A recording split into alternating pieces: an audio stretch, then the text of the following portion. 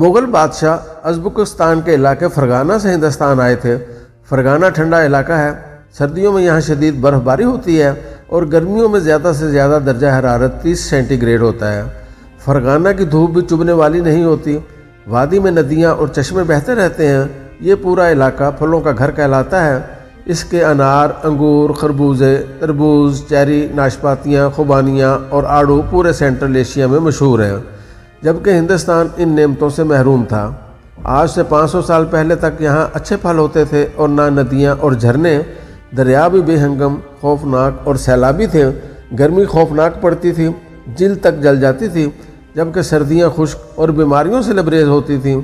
और पीछे रह गया मानसून, तो अल्लाह माफ़ करे, पूरा हिंदुस्तान हब्स में लू की दुआएं करता था।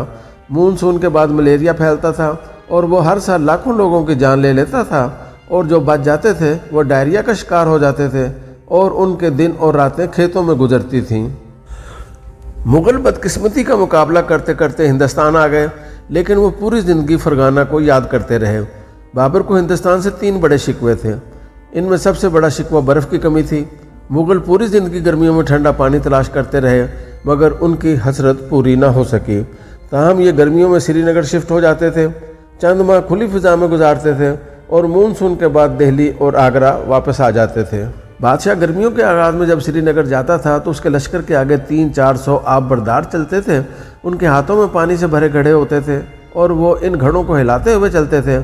इस प्रोसेस के ज़रिए पानी ठंडा हो जाता था और इस पानी से बादशाह सलामत गुस्ल करते थे और बवक्त ज़रूरत उसे नोश फरमाते थे। शाहजहाँ के लिए कश्मीर से बर्फ़ भी मंगवाई जाती थी। इसके लिए बाकायदा ह्यूमन चेन बनाई गई थी। ये चेन कश्मीर से आगरा तक थी। बर्फ़ की सिलें पटसन में लपेटकर घोड़ों पर लाई जाती थीं। 2-3 किलोमीटर बाद घोड़े और सवार बदल जाते थे और यूं यह बर्फ़ पिघलने से पहले आगरा पहुंच जाती थी। बर्फ़ को बादशाह तक पहुंचाने और महफूज रखने के लिए क्या क्या जतन किए जाते होंगे, आप बखूबी अंदाज़ा कर सकते हैं। उस ज़माने में बादशाह मुकम्मल बादशाह होते थे। उनका हुक्म आखिरी हुक्म समझा जाता था और इसे बजा लाना पूरे मुल्क पर लाजिम होता था। शाहजहाँ ने बर्फ़ लाने का हुक्म दे दिया और फिर यह बर्फ़ रोज़ाना उस तक पहुँचती रही।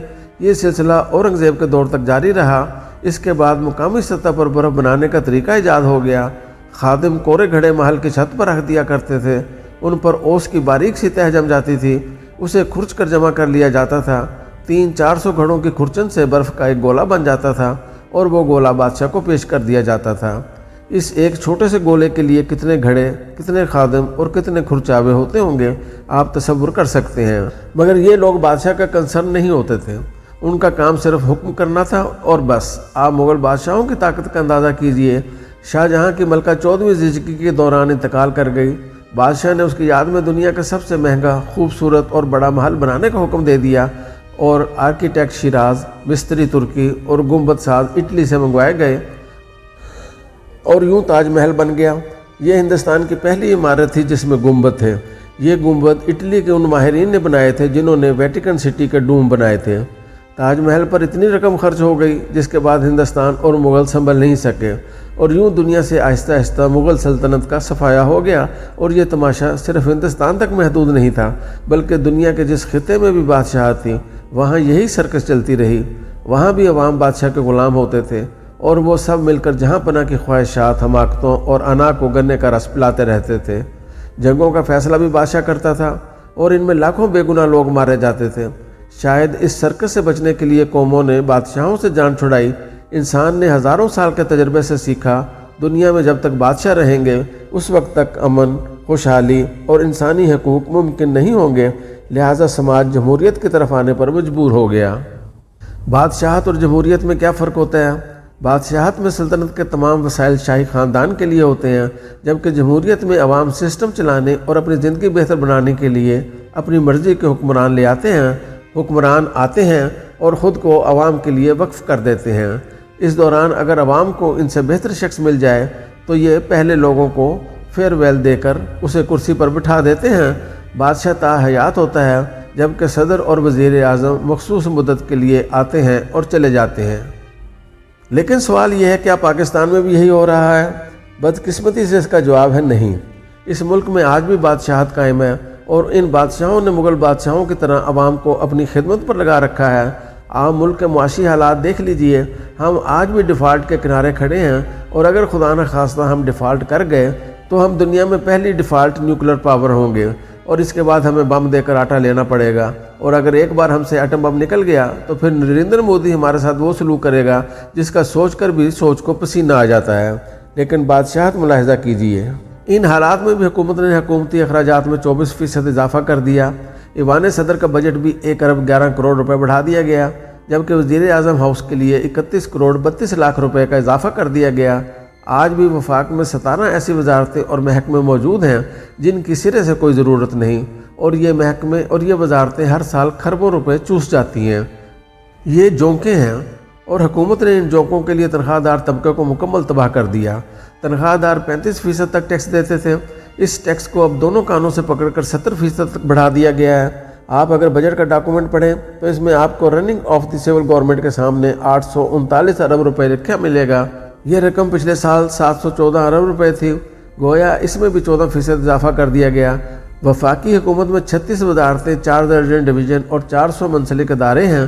ہم نے 2014 میں 18ویں ترمیم کے بعد 17 وزارتیں صوبوں کے حوالے کر دی تھیں۔ اس کے بعد اصولی طور پر وفاق سے 17 وزارتیں اور ان سے منسلک ادارے اور ڈویژن ختم ہو جانی چاہیے تھیں، لیکن 10 سال گزرنے کے باوجود یہ آج بھی قائم ہے۔